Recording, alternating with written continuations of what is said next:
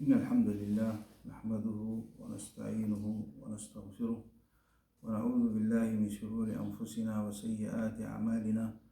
من يهده الله فلا مضل له ومن يضلل فلا هادي له، وأشهد أن لا إله إلا الله وحده لا شريك له، وأشهد أن محمدا عبده ورسوله صلى الله عليه وعلى آله وصحبه وسلم. أما بعد، فهذا المجلس الرابع في قراءتنا في هذا الكتاب العلمانية وثمارها الخبيثة، تأليف محمد شاكر الشريف.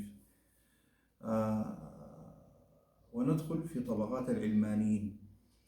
والعلمانيون في العالم العربي والإسلامي كثيرون، لا أكثر الله من أمثالهم. منهم كثير من الكتاب والأدباء والصحفيين، ومنهم كثير ممن يسمونهم بالمفكرين، ومنهم أساتذة في الجامعات، ومنهم جمهرة غفيرة منتشرة في وسائل الإعلام المختلفة وتسيطر على هذه الوسائل، ومنهم غير ذلك. وكل هذه الطبقات تتعاون فيما بينها وتستغل أقصى ما لديها من إمكانات لنشر العلمانية بين الناس، حتى غدت العلمانية متفشية في جل جوانب حياة المسلمين، نسأل الله السلامة والعافية.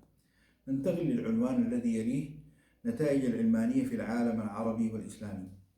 قد كان لتسرب العلمانية إلى المجتمع الإسلامي أسوأ الأثر على المسلمين في دينهم ودنياهم، وها هي بعض الثمار الخبيثة للعلمانية. 1. رفض الحكم بما أنزل الله سبحانه وتعالى، وإقصاء الشريعة عن كافة مجالات الحياة، والاستعاضة عن الوحي الإلهي المنزل على سيد البشر محمد بن عبد الله صلى الله عليه وسلم بالقوانين الوضعية التي اقتبسوها عن الكفار المحاربين لله ورسوله، واعتبار الدعوة إلى العودة إلى الحكم بما أنزل الله وهجر القوانين الوضعية اعتبار ذلك تخلفا ورجعية وردة عن التقدم والحضارة، وسببا في السخرية من أصحاب هذه الدعوة واحتقارهم، وإبعادهم عن تولي الوظائف التي تستلزم الاحتكاك بالشعب والشباب حتى لا يؤثروا فيهم. 2. تحريف التاريخ الإسلامي وتزييفه، وتصوير العصور الذهبية لحركة الفتوح الإسلامية على أنها عصور همجية تسودها الفوضى والمطامع الشخصية. 3. إفساد التعليم وجعله خادما لنشر الفكر العلماني، وذلك عن طريق: ألف، بث الأفكار العلمانية في ثنايا المواد الدراسية بالنسبة للتلاميذ والطلاب في مختلف مراحل التعليم. باء، تقليص الفترة الزمنية المتاحة للمادة الدينية إلى أقصى حد ممكن. طبعا بتذكر لحد سنة 69 الشهادة الثانوية ما كان فيها دين أصلا، ما فيها دين. نعم. أو تكون المادة مهمشة. ج، منع تدريس نصوص معينة لأنها واضحة صريحة في كشف باطلهم.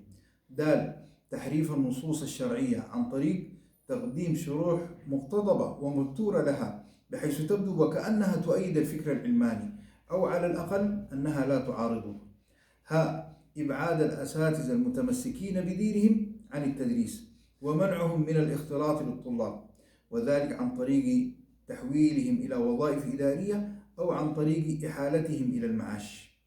واو، جعل مادة الدين هامشية حيث يكون موضعها في آخر اليوم الدراسي. لحد قريب حصة الدين هي السادسة أو السابعة وقت النوم يعني، حيث يكون موضعها في آخر اليوم الدراسي، وهي في الوقت نفسه لا تؤثر في تقديرات الطلاب. 4.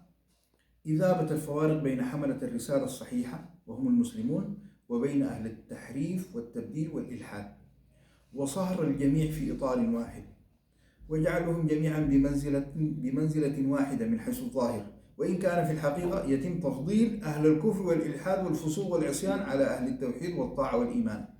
فالمسلم والنصراني واليهودي والشيوعي والمجوسي والبرهاني كل هؤلاء وغيرهم في ظل هذا الفكر بمنزلة واحدة، يتساوون أمام القانون، لا فضل لأحد على الآخر إلا بمقدار الاستجابة لهذا الفكر العلماني. وفي ظل هذا الفكر يكون زواج النصراني أو اليهودي أو البوذي أو الشيوعي بالمسلمة أمرا لا غبار عليه ولا حرج فيه. كذلك لا حرج عندهم أن يكون اليهودي أو النصراني أو غير ذلك من النحل الكافرة حاكما على بلاد المسلمين، وهم يحاولون ترويج ذلك في بلاد المسلمين تحت ما أسموه بالوحدة الوطنية، بل جعلوا الوحدة الوطنية هي الأصل والعصام، وكل ما خالفها من كتاب الله أو سنة رسوله طرحوه ورفضوه وقالوا هذا يعرض الوحدة الوطنية للخطر. نتوقف هنا على أمل أن نلتقي بكم في مجلس آخر. سبحانك اللهم وبحمدك، أشهد أن لا إله إلا أنت، أستغفرك وأتوب إليك، والسلام عليكم ورحمة الله وبركاته.